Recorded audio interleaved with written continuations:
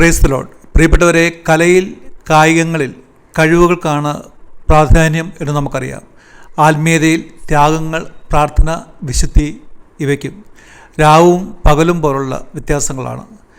കല, sports, cinema, കായികം ഇതെല്ലാം ശരീരഭംഗി കാത്തു സൂക്ഷിക്കുന്നതിലും ആരോഗ്യം നിലനിർത്തുന്നതിലും ഭക്ഷണത്തിലും ആഡംബരത്തിലും എല്ലാം ശ്രദ്ധ കൊടുക്കാൻ വ്യഗ്രത കാണിക്കുന്നതുമാണെന്ന് നമുക്കറിയാം. കാരണം രണ്ടു കൂട്ടർക്കും ശരീരം പ്രധാന ഘടകം തന്നെ. ഇവരെ അന്ധമായി അനുകരിക്കുന്ന യുവതലമുറകളും എന്തിന് മധ്യവയസ്കർ പോലുമുണ്ട്. സർഗവാസനകളും കായിക വിനോദങ്ങളും ദൈവ സൃഷ്ടിയുടെ വൈവിധ്യങ്ങളാണ് എന്ന് നമുക്കറിയാം. പക്ഷേ ഒരു പരിധി കഴിയുമ്പോൾ സർവ്വതെറ്റുകളും ക്ഷണിച്ചു വരുത്തുകയും മതഗ്രന്ഥങ്ങൾ വളച്ചൊടുക്കുകയും തെറ്റുകളിൽ ജീവിക്കാൻ അവർക്ക് ലൈസൻസ് കിട്ടിയതുപോലെ ഞങ്ങൾ സെലിബ്രിറ്റികൾ എന്ന അഹങ്കാരം അനേകം ഉന്നത കലാകാരന്മാരുടെയും കായിക പ്രതിഭകളുടെയും ജീവിതത്തെ തകർച്ചയിലേക്ക് നയിച്ചത് കാലം നമുക്ക് മുമ്പിൽ വരച്ചു കാട്ടിയതാണ്. ആത്മീയതയിൽ വ്യക്തികൾക്കല്ല പ്രാധാന്യം, ആത്മീയ ശക്തിക്കാണ്.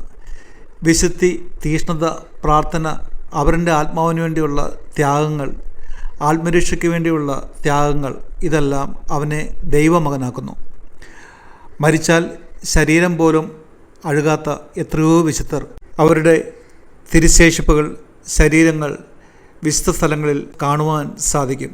പ്രിയപ്പെട്ട 800-900 കിലോ വെയിറ്റ് ഉയർത്തുന്ന മഹാബോഡി ബിൽഡർമാർ വരെ മരണപ്പെട്ട് 3-ാം ദിവസം പുഴുവരിക്കുമ്പോൾ അസ്ഥിയോട് ചേർന്ന് അല്പം മാംസം മാത്രമുണ്ടായിരുന്ന ക്രൈസ്തവ വിശുദ്ധർ അഴുകാത്ത ശരീരവും സുഗന്ധം പരത്തുന്ന മൃതശരീരവുമായി ഇന്നും ശേഷിക്കുന്നുവെന്ന് നമുക്കറിയാം. അനേകം മനുഷ്യരുടെ മിഴികളിൽ അത്ഭുതവും ഹൃദയത്തിൽ ദൈവിക സാന്നിധ്യവും നൽകുന്ന മനോഹരമായ, വിസ്മയപ്പെടുത്തുന്ന ദിവ്യമായ ദൈവത്തിൻ്റെ സാന്നിധ്യം അറിയിക്കുന്ന കാഴ്ച.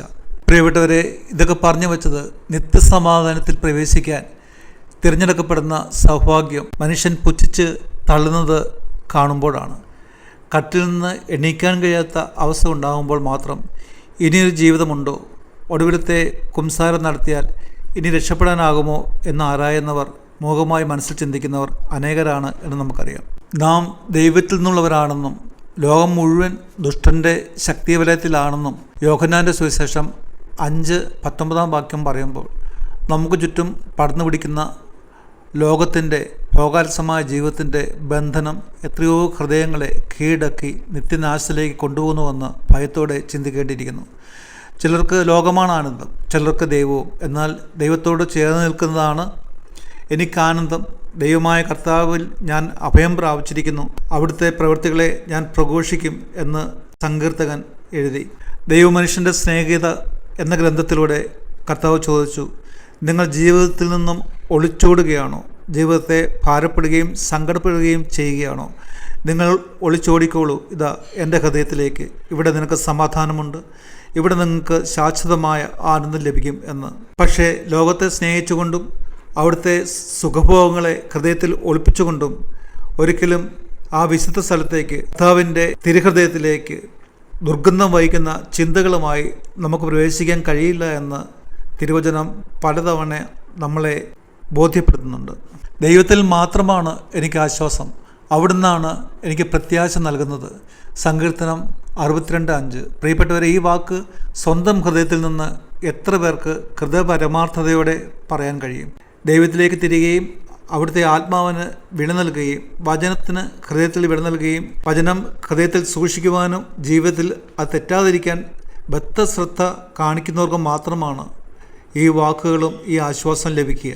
ലഹരിയിൽ നിന്നും ഡി അഡിക്ഷൻ സെൻറ്ററിൽ അഭയം പ്രാപിക്കാൻ ശ്രമിച്ചവർ തന്നെ പരസ്യമായി ഈ ലഹരിയുടെ ബന്ധനത്തിൽ നിന്നും രക്ഷപ്പെടാൻ ഡി അഡിക്ഷൻ സെൻറ്ററിലേക്ക് ഞങ്ങൾ മാറുകയാണെന്ന് അറിയിച്ചത് TV-യിൽ നമ്മൾ കണ്ടു. അവർ സെലിബ്രിറ്റികളായിരുന്നു. എന്നാൽ ധനമോഹം, ജഡമോഹം, പക, പ്രതികാരം, സുഖഭോഗം, ഇതുപോലെ എത്രയോ ബന്ധനങ്ങൾ, ലഹരികൾ നമ്മുടെ ഹൃദയത്തെയും യുവതലമുറയെയും സമൂഹത്തെയും കീഴടക്കിയിരിക്കുന്നു. കാലങ്ങൾ ദുർലക്ഷണങ്ങൾ കാണിച്ചു തുടങ്ങിയ ഈ സമയം, രാജ്യങ്ങൾ പരസ്പരം ഭീകരത സൃഷ്ടിക്കുന്ന ഈ സമയം, പ്രവാചകന്മാർ കാലത്തിൻ്റെ സൂചന അറിയിക്കുന്ന ഈ കാലങ്ങൾ, ഇനിയെങ്കിലും ഉറക്കം വിട്ടെണീറ്റ് ഈ തിരുവചനങ്ങൾ ഹൃദയത്തിൽ ധ്യാനിക്കുകയും നമുക്ക് പരസ്പരം പങ്കുവയ്ക്കുകയും ചെയ്യാം. പ്രിയപ്പെട്ടവരെ, ഏതാണ് ആ തിരുവചനങ്ങൾ? ഈ തിരുവചനങ്ങൾ നമ്മളോട് ഈ കാലയളവിൽ എന്താണ് സംസാരിക്കുന്നത്? യെശയ്യാ 53:12 കർത്താവിനെ കണ്ടെത്താൻ കഴിയുന്ന ഇപ്പോൾ അവിടുത്തെ അന്വേഷിക്കുവിൻ. അവിടുന്ന് അരികെ ഉള്ളപ്പോൾ അവിടുത്തെ വിളിച്ചപേക്ഷിക്കുവിൻ. ദുഷ്ടർ തൻ്റെ മാർഗവും അധർമ്മികൾ തൻ്റെ ചിന്താഗതികളും ഉപേക്ഷിക്കട്ടെ. അവിടുത്തെ കരുണ ലഭിക്കേണ്ടതിന് അവർ കർത്താവിലേക്ക് തിരിയട്ടെ. ബാറൂക്ക് 4 എൻ്റെ മക്കളെ, ധൈര്യമായിരിക്കുവിൻ, ദൈവത്തെ വിളിച്ചപേക്ഷിക്കുവിൻ. ഇത് നിങ്ങളുടെ മേൽ വരുത്തിയ അവിടുന്ന് നിങ്ങളെ സ്മരിക്കും. ദൈവത്തിൽ നിന്ന് അകലാൻ കാണിച്ചതിൻ്റെ 10 ഇരട്ടി തീഷ്ണതയോടെ തിരിച്ചു വന്ന് അവിടുത്തെ തേടുവിൻ. എന്നാൽ നിങ്ങളുടെ മേൽ ഈ അനർത്ഥങ്ങൾ വരുത്തിയവൻ തന്നെ നിങ്ങൾക്ക് രക്ഷയും നിത്യാനന്ദവും നൽകും. ജീവിതത്തിൻ്റെ പല ഭാരങ്ങളിൽ, വേദനകളിൽ, കഷ്ടതകളിൽ, ക്ലേശങ്ങളിൽ, നിസ്സഹായതയിൽ ആരും സഹായത്തിനില്ലാതെ ജീവിതത്തിൽ നിന്ന് ഒളിച്ചോടാൻ ശ്രമിക്കുന്നവരോട് കർത്താവ് പറയുന്നൊരു കാര്യമുണ്ട്. നിങ്ങളുടെ മേൽ ഈ അനർത്ഥങ്ങൾ വരുത്തിയവൻ തന്നെ നിങ്ങൾക്ക് രക്ഷയും നിത്യാനന്ദവും നൽകും.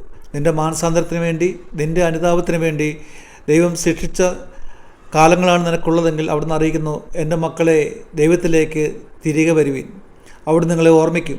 ദൈവത്തിൽ നിന്ന് അകലാൻ കാണിച്ചതിൻ്റെ 10 ഇരട്ടി തീഷ്ണതയോടെ തിരിച്ചു വന്ന് അവിടുത്തെ തേടുവിൻ. വീണ്ടും അറിയിക്കുന്നു, ദൈവമായ കർത്താവ് അരുളി ചെയ്യുന്നു, ഇസ്രായേലിൻ്റെ ഭവനമേ, ഓരോരുത്തരെയും താന്താങ്ങളുടെ പ്രവൃത്തികൾക്കനുസൃതമായി ഞാൻ വിധിക്കും. തിന്മ നിങ്ങളെ നശിപ്പിക്കാതിരിക്കാൻ പശ്ചാത്തപിച്ച് എല്ലാ അതിക്രമങ്ങളിൽ നിന്നും നിങ്ങൾ പിന്തിരിയുവിൻ. പ്രിയപ്പെട്ടവരെ, ഇതിൽ ദൈവം അനുവദിക്കാത്ത എല്ലാ അതിക്രമങ്ങളിൽ നിന്നും, പാപത്തിൻ്റെ ബന്ധനങ്ങളിൽ നിന്നും പിന്തിരിയുവാൻ അവിടെ നമ്മളെ ഓർപ്പിക്കുന്നു. നീതിമാൻ നീതിയിൽ നിന്ന് വ്യതിചലിച്ച് തിന്മ പ്രവർത്തിച്ചാൽ അവൻ അതിനാൽ മരിക്കും.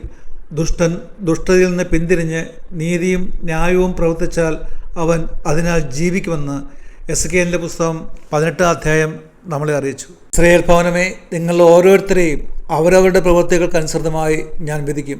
കർത്താവ് അറിയിക്കുന്നു, ദേവാലയത്തിലേക്ക്, ദൈവത്തിൻ്റെ സന്നിധിയിലേക്ക് കടന്നു വരിക. ദൈവം നിന്നെ കണ്ടുകൊണ്ടേയിരിക്കുന്നു. അവിടെ നിൻ്റെ പാവങ്ങൾ ഏറ്റുപറഞ്ഞ് കണ്ണീരോടെ അനുദപിക്കുക. നീ അവിടെ നിന്ന് പാവത്തിൻ്റെ മോക്ഷവും ശാപത്തിൽ നിന്ന് വിടുതലും വാങ്ങുക. എസ്ര 10:1 എസ്ര ദേവാലയത്തിൽ നിന്ന് നിലത്ത് വീണ് കരയുകയും പാവങ്ങൾ ഏറ്റുപറഞ്ഞ് പ്രാർത്ഥിക്കുകയും ചെയ്തപ്പോൾ സ്ത്രീ പുരുഷന്മാരും കുട്ടികളുമടക്കം ഒരു വലിയ സമൂഹം ചുറ്റും കൂടി അവർ അതികഠിന വ്യഥയോടെ വിലപിച്ചു, കരഞ്ഞു. ഞാൻ എൻ്റെ കുടുംബം രക്ഷപ്പെടാനായി, എൻ്റെ ബന്ധുക്കളും ചാർച്ചക്കാരും മക്കളും മാതാപിതാക്കളും രക്ഷപ്പെടാനായി ദേവാലയത്തിൽ വന്ന് ഒരുവനെങ്കിലും കണ്ണീരോടെ നിലവിളിച്ച് വിലപിച്ച് പ്രാർത്ഥിക്കുവാൻ ദൈവം നമ്മളെ ഓർമ്മിപ്പിക്കുന്നു. കർത്താവിനെ ഭയപ്പെടുന്നവർ ഹൃദയം ഒരുക്കി വെക്കുക. പ്രഭാഷകൻ്റെ പുസ്തകത്തിലൂടെ അവിടുന്ന് ഓർപ്പിച്ചു. ഈ കാലയളവിൽ ദൈവം വീണ്ടും വീണ്ടും ഹൃദയമൊരുക്കുവാൻ, ദൈവത്തിൽ ശരണപ്പെടാൻ, ദൈവത്തിൽ ആശ്രയിക്കാൻ പറയുമ്പോൾ ആ വചനങ്ങൾ എന്നോടാണ് വ്യക്തിപരമായി സംസാരിക്കുന്നതെന്ന് നമ്മൾ തിരിച്ചറിയേണ്ടിയിരിക്കുന്നു. കർത്താവ് അരുളി ചെയ്യുന്നു, ഇപ്പോഴെങ്കിലും വിലാപത്തോടും ഉപവാസത്തോടും നെടുവീർപ്പോടും കൂടെ നിങ്ങൾ പൂർണ്ണ ഹൃദയത്തോടെ എൻ്റെ അടുക്കിലേക്ക് തിരിച്ചു വരുവിൻ. നിങ്ങളുടെ ഹൃദയമാണ് വസ്ത്രമല്ല കീറേണ്ടത്. നിങ്ങളുടെ ദൈവമായ കർത്താവിലേക്ക് നിങ്ങൾ വരുവിൻ. പ്രിയപ്പെട്ടവരെ, ഈ വരവ് വ്യക്തിപരമാണ്, ഈ രക്ഷ വ്യക്തിപരമാണ്. ദൈവം നമ്മളെ ഓരോരുത്തരെയും ഈ വചനത്തിലൂടെ അവിടുത്തെ പക്കലേക്ക് വിളിക്കുകയാണ്. വചനം കേൾക്കുമ്പോൾ കാതുകളടയ്ക്കാതെ, ഹൃദയം കഠിനമാക്കാതെ, ദൈവത്തിൻ്റെ സന്നിധിയിലേക്ക് ഹൃദയമുയർത്തി ദൈവത്തിൻ്റെ ആലയത്തിലേക്ക് കടന്നുപോയി നമ്മുടെ രക്ഷ ഉറപ്പാക്കുവാൻ നമുക്ക് ഈ കാലയളവിൽ കഴിയട്ടെ എന്ന് എളിമയോടെ പ്രാർത്ഥിക്കുന്നു. പ്രിയപ്പെട്ടവരെ, കാലത്തിൻ്റെ പ്രവാചകന്മാരും സുവിശേഷകരുമെല്ലാം ഈറ്റുനോവിൻ്റെ കാലങ്ങളെക്കുറിച്ച് സൂചിപ്പിക്കുമ്പോൾ ഇനിയും അത് വിദൂരമാണ് എന്ന് ചിന്തിക്കാതെ, എൻ്റെ സമയങ്ങൾ, എൻ്റെ കാലങ്ങൾ ഇനി എത്ര ബാക്കിയുണ്ടെന്ന് സ്വയമേവ ചിന്തിച്ച്, എൻ്റെയെങ്കിലും കാലത്തിൻ്റെ അവസാനം അടുക്കുകയാണെന്ന് ചിന്തിച്ച് ഇനിയുള്ള കാലങ്ങൾ ദൈവത്തിനു വേണ്ടി ജീവിക്കാൻ, ദൈവവചനത്തിൻ്റെ സാക്ഷ്യമായി തീരാൻ ദൈവം നമ്മളെ അനുഗ്രഹിക്കട്ടെ എന്ന് എളിമയോടെ പ്രാർത്ഥിക്കുന്നു. ആമേൻ.